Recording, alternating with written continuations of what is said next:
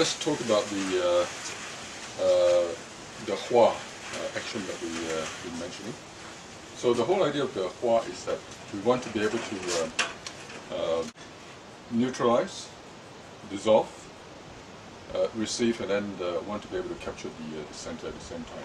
So in other words, the minute I contact, I'm already yielding and then looking at the center.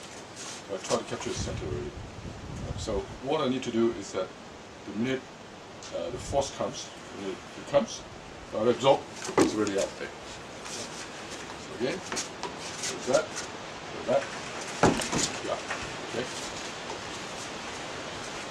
So the point is not about, the force comes in here, it's not about this, and then go like this, then it's too late already. So it's really about the force comes in here, it's like this, and then if the force, so here, I could also do as the force comes in here. Okay. So here's this.